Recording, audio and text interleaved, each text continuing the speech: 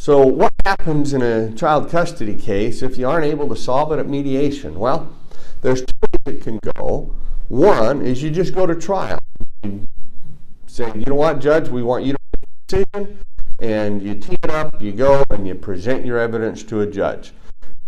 You're bound by the rules of evidence, so there might be some information that you're going to not be able to present to the court simply because under the rules as set out by the court, it's inadmissible and it can't be presented, or maybe it's just simply too costly to present that evidence in the legal format that's required under the rules. So that's one thing to consider. When you go to trial, you're limited in the information you can present, and you're leaving it up to the judge to decide. The judges that I've worked with are generally great people, honest, hardworking, trying to do the right thing. But, in a one-day or a half-day or a two-day trial, they just can't know everything that you might want them to know about your family situation and what might be best for your kids. Now, the option, if you aren't able to work out an mediation, is sometimes called a home study, sometimes called a custody evaluation.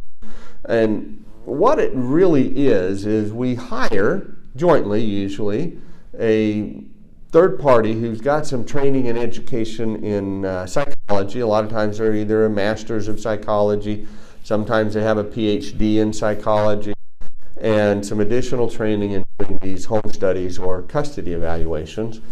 And the cost of those is typically, I'm going to say, somewhere between $4,000 and $7,000. Now, great distance, that's going to get more expensive. I've seen custody evaluations approach $20,000. Because of just the great detail that went into them.